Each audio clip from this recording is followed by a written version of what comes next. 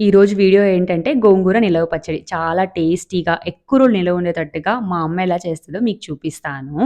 గోంగూర నచ్చనోళ్ళు ఎవరుంటారు చెప్పండి? అది పచ్చడేసుకొని, నెయ్యేసుకొని తింటే అబ్బా! అద్దుర్సండి చాలా చాలా బావుంటది. ఇక్కడ నేను ఒక కట్ట గోంగూర తీసుకొని వాష్ చేసుకొని పక్కన పెట్టుకున్నాను. 1 స్పూన్ ధనియాలు, 1 స్పూన్ జీలకర్ర, పావు స్పూన్ మెంతులు, తగినంత ఎండుమిరపకాయలు, పావు స్పూన్ ఇంగువ, తగినంత ఉప్పు, 3 వెల్లుల్లిపాయలు తీసుకొని పక్కన పెట్టుకున్నానండి. ఇప్పుడు కడాయి పెట్టుకొని 1 స్పూన్ ఆయిల్ వేసుకొని వెండిమిరపకాయల్ని మీడియం ఫ్లేమ్‌లో వేయించుకోవాలి. వేయించుకున్న తర్వాత జీలకర్ర, మెంతులు, ధనియాలు అన్నీ వేసేసి వేయించుకోవాలి. వేయించుకున్నాక పక్కన పెట్టుకోండి. అదే ప్యాన్‌లో 1 స్పూన్ ఆయిల్ వేసుకొని మనం ఆల్రెడీ నీట్‌గా వాష్ చేసి పెట్టుకున్న గోంగూరని వేసేసేయండి. ఇక్కడ మీడియం ఫ్లేమ్‌లోనే వేయించాలి.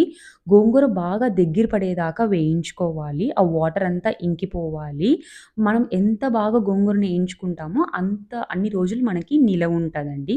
అందుకని ఇక్కడ బాగా వేయించుకోండి.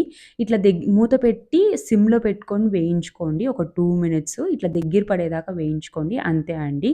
ఇప్పుడు ఆల్రెడీ మనం వేయించి పెట్టుకున్న ఎండుమిరపకాయలు, పోపు దినుసులు మొత్తం వేసేసి, ఉప్పు వేసేసి, తెల్లగడ్డ వేసేసి మిక్సీ పట్టుకోవడమే.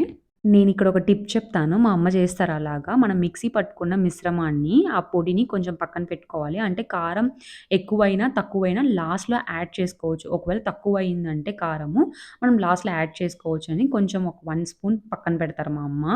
ఇప్పుడు కడాయి పెట్టుకొని పోపు దినుసులు వేసుకునేసి, మనం ఆల్రెడీ మిక్సీ పట్టుకున్న గోంగూరని వేసేసి కలుపుకోవడమే. ఇక్కడ కారం చూసుకొని మనం వేసుకోవచ్చు. ఎలా అంటే, ఇక్కడ కారం తక్కువయిందంటే మనం ఆల్రెడీ పక్కన తీసి పెట్టుకున్న కారం వేసుకొని కలుపుకోవచ్చు. ఇప్పుడు నేను టేస్ట్ చేసి చూపిస్తాను. వేడి వేడి అన్నంలో గోంగూర పచ్చడేసుకొని అలా 2 స్పూన్స్ నెయ్యి వేసుకొని, నెయ్యి ఎక్కువ తినేవాళ్ళు ఇక్కడ నెయ్యి గాని ఎక్కువ వేసుకోవచ్చు. అంటే స్పైసీగా ఉండాలంటే నెయ్యి తక్కువ వేసుకోవాలి. నేనైతే 2 స్పూన్స్ నెయ్యి వేసుకున్నాను. అలా కలుపుకొని తింటే పర్ఫెక్ట్‌గా ఉందండి. చాలా అంటే చాలా బావుంది. మీరు కానీ ట్రై చేసి నాకు కమెంట్స్‌లో చెప్పండి ఎలా వచ్చిందో. నచ్చితే లైక్ చేసుకోండి, షేర్ చేయండి, సబ్స్క్రైబ్ చేసుకోండి. అబ్బా! Thank you all. బై.